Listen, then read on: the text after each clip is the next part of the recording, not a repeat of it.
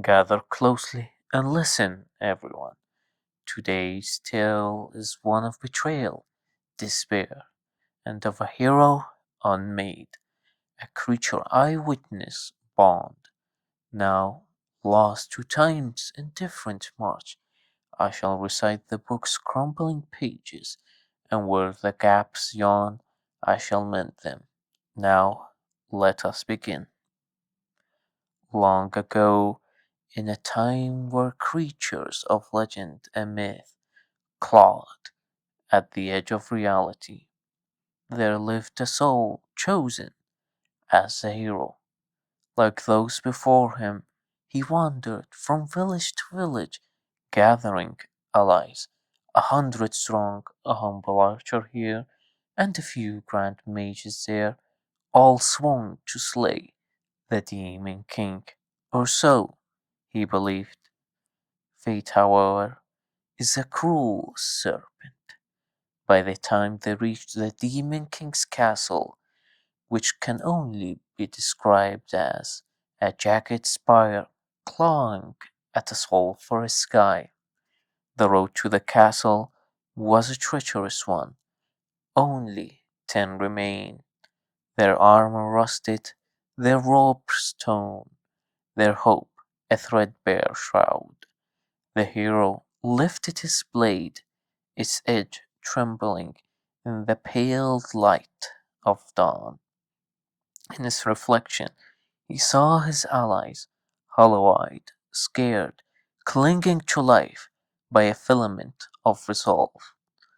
He raised his blade high towards the sky, its edge catching the faint golden light of the sun. His voice boomed, raw and jagged, across the bloodied field. My friends, we have marched through fire and ash, paid in flesh and bone. Many lie cold, never to return to the warm embrace of home. Yet their sacrifice demands we march onward. Let their blood be the ink that writes our vengeance. Let their ghosts be the wind at our backs. Today we seize the chance they carve with their corpses to drown the Demon King in his own filthy blood. Now, forward, for honor, for wrath, for them. With a roar that shook the earth, he plunged his blade into the soil. The ground cracked, oozing a black, viscous substance. His comrades erupted in a cacophony of clattering steel and guttural cries, a chorus of desperation masquerading as hope. Finally, they entered the castle, weapons clenched in trembling hands, braced for the horrors they were certain lurked within. Yet as they breached the obsidian gates, nothing greeted them. No guards, no traps, no cliched dangers of a cheap fantasy tale.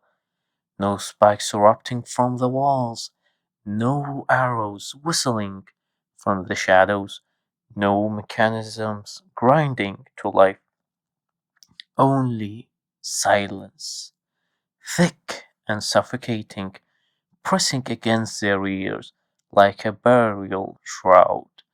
The throne room loomed ahead, its arched doorway yawning like the maw of a leviathan. Inside, no king awaited atop the throne, but in his place a pulsing black sphere hovering above the obsidian throne like a carrion sun. The hero stepped closer, blade trembling in his grip, his voice heavy. Where, where is the Demon King? Why? What is this? His voice echoed in the cavernous hall, unanswered. In that brief moment of vulnerability, he could feel a cold sensation running through his flesh.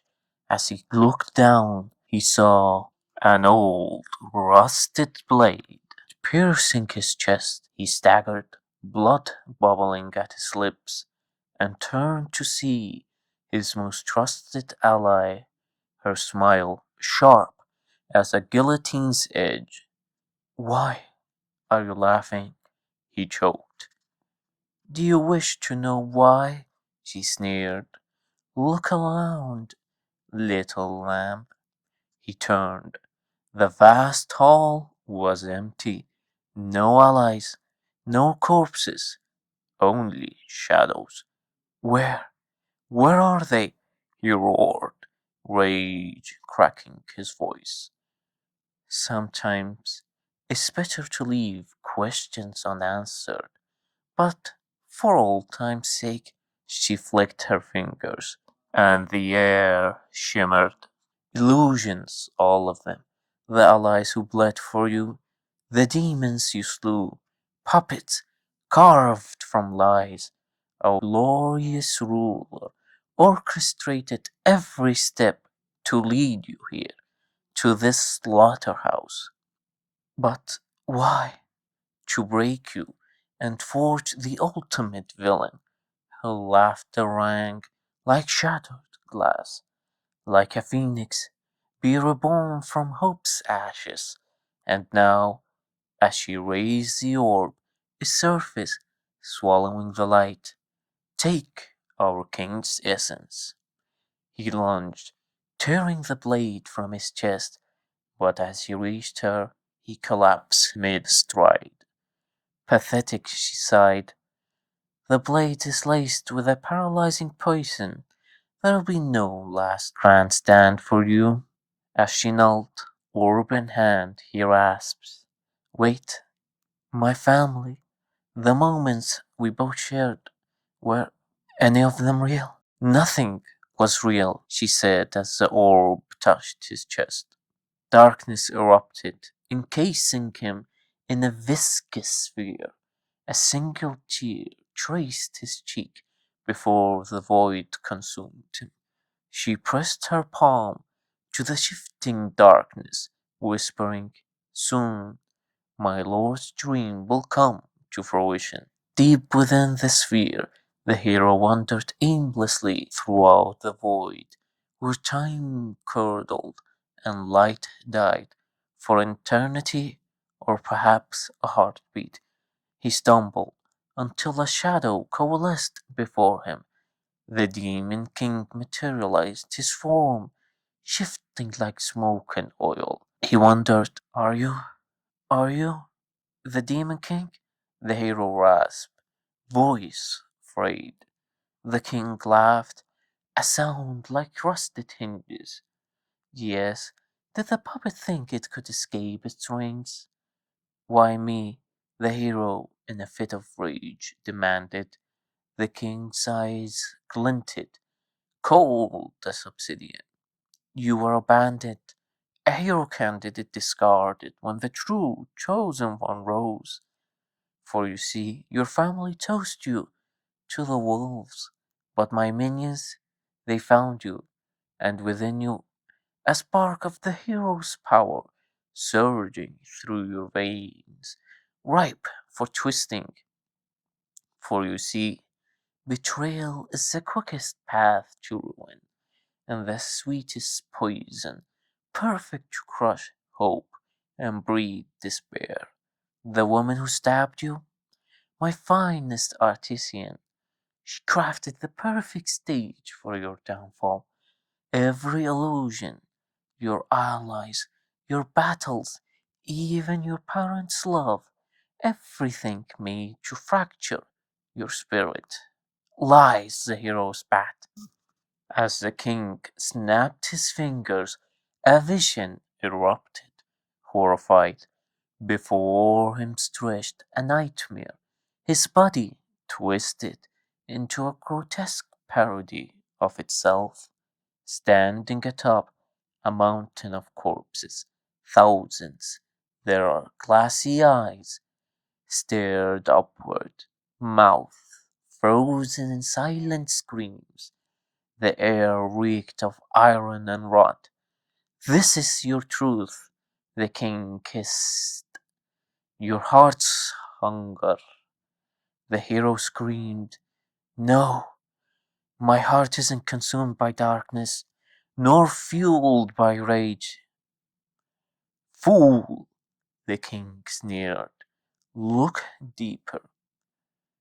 He looked deep within, terrified by what he saw. His heart, dark and broken, his soul shattered to pieces. Uncertain by what he saw, he lunged at the Demon King, seizing him by the collar. "What have you done to me?" he roared, eyes filled with rage. The Demon King laughed, cold and melodic. "I? I did nothing. This," he gestured to the carnage, "is your doing. The hatred and darkness festering in your heart for those who abandoned you, the disgust you feel towards the lies you swallowed like scripture. You truly believe without them you'd never have become this." The knight's grip faltered. He collapsed to his knees, the ground beneath him slick with phantom blood. The king knelt beside him, his voice softening. "Yet I never abandoned you. I could have easily carved you into a perfect puppet as a child, but I let you play hero, didn't I?" "Liar," the knight snarled. "Your subordinate confessed you wanted me broken." The king sighed. "Look again." With a snap of his fingers, the vision shifted. Now, in its stead, the knight floated in darkness, his body unchanged. "The corpses? A reflection of your desire," the king said. "You crave vengeance. You desire to be the villain. I merely gave you the means to justify it." The knight trembled. "Why?" "Because you are my mirrored image, a perfect reflection of my past self," the king murmured. "Long ago." For a moment he hesitated. "I too was a hero candidate, betrayed, abandoned. My allies left me to rot as they merged me with the Demon King's corpse to seal him. For centuries I withered in that nightmare, until one day, finally, the seal cracked. I was finally free to take revenge on this wretched world. Join me, and your pain will have purpose." The king extended a hand, skeletal and shimmering with dark energy.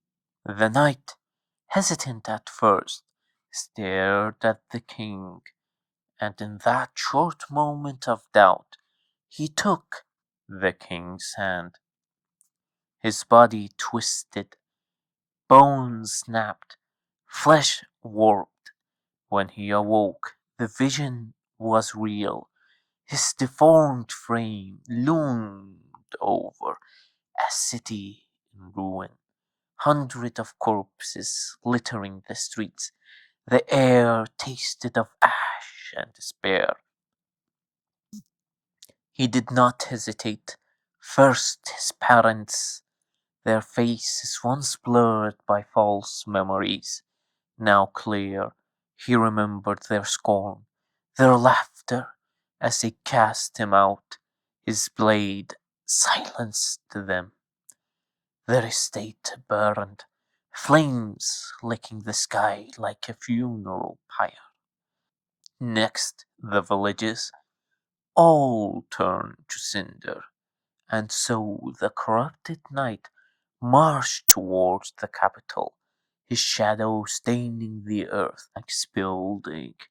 There, on top of a hill, the true hero awaited, radiant like a star, unwavering in night's embrace, its light a defiance piercing the void.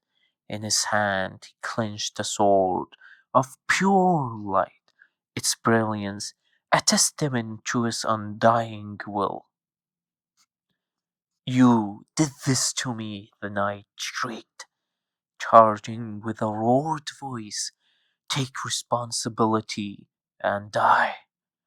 As the night charged, a tempest of claws and darkness followed. The true hero's sword flashed once, a streak of silver, and the knight's head rolled. His body crumbled, lifeless. Rest now, the hero murmured, for I have taken responsibility.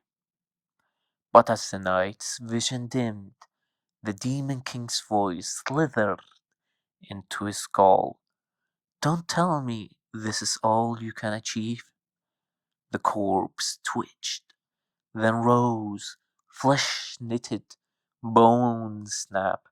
The knight lunged again, only to crash against a shimmering barrier. A female mage stepped from the shadow, her voice heavy. Hey hero, we told you to wait for us, didn't we? The true hero smiled, weary but resolute, as his allies appeared one after the other. Archers knocking arrows, mages weaving sigils, a spirit summoner chanting in tongues older than stone. I thought to win this alone, he admitted, but arrogance is a fool's errand. Thank you for having my back. And now to battle. The clash that followed shook the heavens. For days the night raged, a beast unbound. He carved through the ranks, his blade drinking the blood of every foe he felt. But his arrogance blinded him, for he did not notice a mage and summoner entwining their magic to form chains of starlight and soulfire to bind him. Enough, the true hero thundered, pinning the knight with his blade. The chains bound him and coiled tighter, snaring his demonic flesh. At last the knight fell, but the victors did not celebrate, for many were slain in their attempt to bind him. They gathered the corpses, ready to bury the dead beneath cairns of white stone. Then they dragged the knight before the king and council of elders. The king, sitting atop a golden throne, lifted his hand for the crimes against the realm and my people. He intoned, you are sentenced to an eternity in the earth's black tomb, where no sun shall ever pity you. Thus a knight was entombed in darkest bowels, deep within the earth, never to see the light of day again. Trapped deep within the earth, the corrupted knight withered in his tomb of stone and shadow. Not a single speck of sunlight dared to trespass here. His only companions were the whispers of his own fractured mind. Days turned to weeks, weeks to months, months to years, until centuries blurred into a haze of venom and regret. Then, without warning, the Demon King appeared. His form flickered like a dying candle, his voice a serpent's hiss. I thank you for all you have done. Your sacrifice won't be in vain. Fare thee well. The knight's voice cracked, raw as a rusted blade. Aren't you going to save me, my liege? The king's laughter echoed, sharp enough to flay flesh from bone. Save you? No, you've outlived your use. Now, ta-ta, see you, never. True to his word, the Demon King vanished, leaving the knight to rot, alone and forgotten. But time gnaws even on eternity. One day, the knight felt the last vestiges of demonic power slither from his veins. The chains that bound him crumbled to dust. He stumbled towards the door, its handle cold under his trembling hand. To his surprise, it opened, revealing no guard, no wards, as if the world itself had shrugged him off. He climbed the spiral stairs, each step a dagger in his soul, until he breached the surface. What he saw stole his breath. A meadow, both vibrant and cruel, bloomed with poppies, lilacs, and many more wild flowers. At its heart lay a pond, its surface glinting like a frozen tear, still and glassy with the cold, unblinking blaze of a corpse. He staggered towards it, knees buckling at the edge. Closing his eyes, he hesitated, terrified of the monster he'd see. When he finally looked and saw his reflection staring back, he was at a loss for words, for what he saw was not a monster that brought ruins to others, nor a hero destined to save, but a perfect unison of both his previous forms. He laughed, a sound like shattering glass, and limped towards a tree adorned with blooms of indigo and twilight. Collapsing beneath it, he pressed his face to the bark, its petals gently brushing his brow. He closed his eyes and slept. I never knew that was the kind of life he lived, but sadly the book's pages end there and the words fade.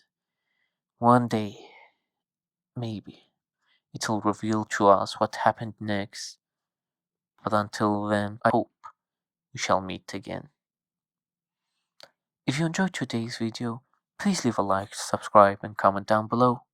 Until next time.